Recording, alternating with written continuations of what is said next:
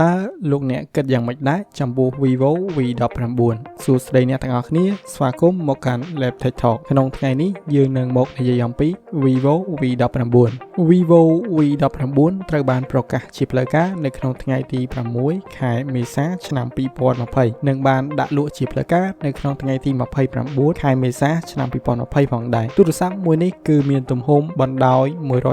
159.6 មីលីម៉ែត្រជម្រៅ 75 មីលីម៉ែត្រនិងកម្រាស់ 8.5 មីលីម៉ែត្រវាមានទម្ងន់ 186.5 ក្រាមដែលធ្វើឡើងពីកញ្ចក់ខាងមុខនិងកញ្ចក់ខាងក្រោយវាគឺជាប្រភេទ Dual SIM ហើយអាច support ជាមួយនឹង LTE ប៉ុន្តែមិនទាន់ដល់ 5G នោះទេងាកមកនិយាយអំពីកម្រិតបង្ហាញរបស់ទូរស័ព្ទនេះវិញគឺវាប្រើប្រាស់ជាមួយនឹង Super AMOLED 16mm Color អេក្រង់របស់វាគឺមានទំហំ 6.44 អ៊ីងដែលវាលាតសន្ធឹងប្រហែលជា 83.7% នៃតួខ្លួនរបស់វាកម្រិតបង្ហាញរបស់ទូរស័ព្ទនេះគឺ 1080 គុណនឹង 2400 pixel ដែលមានកម្រិតពន្លឺ 1200 nit max វាក៏មានបច្ចេកវិទ្យា HDR10 មកជាមួយផងដែរទូរស័ព្ទមួយនេះគឺប្រតិបត្តិការដោយប្រព័ន្ធ Android 10 ឬក៏ Fun Touch 10.0 ជាប់ជាមួយនឹង chip Qualcomm SDM 712 Snapdragon 712 10 nanometer CPU Quad-core GPU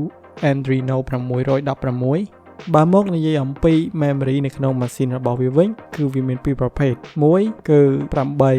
RAM ភ្ជាប់មកជាមួយនឹង storage 128GB និងមួយទៀត 8GB RAM ភ្ជាប់មកជាមួយនឹង 256GB ងាកមកនិយាយអំពីកាមេរ៉ារបស់វាវិញសម្រាប់ផ្នែកខាងក្រោយវាមានកាមេរ៉ាចំនួន4គ្រាប់ដែលមានដូចជា48 megapixel aperture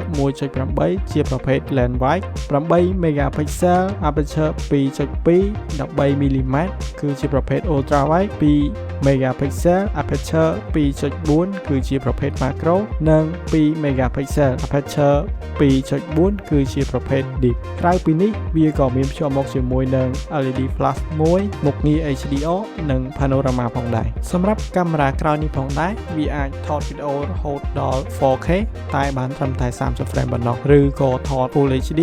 1080ដែលអាចថតបាន30 frame និង60 frame ត្រឡប់មកនិយាយអំពីកាមេរ៉ាមុខវិញកាមេរ៉ាមុខគឺជាប្រភេទ dual គឺមាន2គ្រាប់មួយគ្រាប់គឺ32 megapixel aperture 2.1 23 mm ជាប្រភេទ wide និង8 megapixel aperture 2.3 17 mm គឺជាប្រភេទ ultra wide វាក៏មានភ្ជាប់មកជាមួយនឹងមុខងារ HDR ហើយសម្រាប់អ្នកដែលចូលចិត្តថតវីដេអូនៅកាមេរ៉ាមុខគឺរៀងសោកស្ដាយបន្តិចដោយសារវាបានត្រឹមតែ Full HD 1080 30 frame តែប៉ុណ្ណោះសម្រាប់ទូរស័ព្ទ model មួយនេះគឺវាមាន speaker ឮខ្លាំងហើយវាក៏មានភ្ជាប់មកជាមួយនឹងរន្ធដោតកាស 3.5 mm ផងដែរខ្ញុំចូលចិត្តវាហើយក្រៅពីចំណុចទាំងនេះវាក៏មានប្រភេទ Wi-Fi 802.11 Bluetooth 5.0 ប្រព័ន្ធ GPS និង USB 2.0 Type C 1.0 ផងដែរទូរស័ព្ទមួយនេះក៏មាន sensor សម្រាប់ scan ក្រយៅដៃនៅលើអេក្រង់ផងដែរមកនិយាយអំពីថ្មវាវិញគឺវាជាប្រភេទថ្មដែលមិនអាចដោះបានន័យថាវានៅក្នុងទូរស័ព្ទស្រាប់ហើយវាជាប្រភេទថ្ម LiPo 4500 mA ផងដែរវាជាប្រភេទ fast charge 33W អាចសាកថ្ម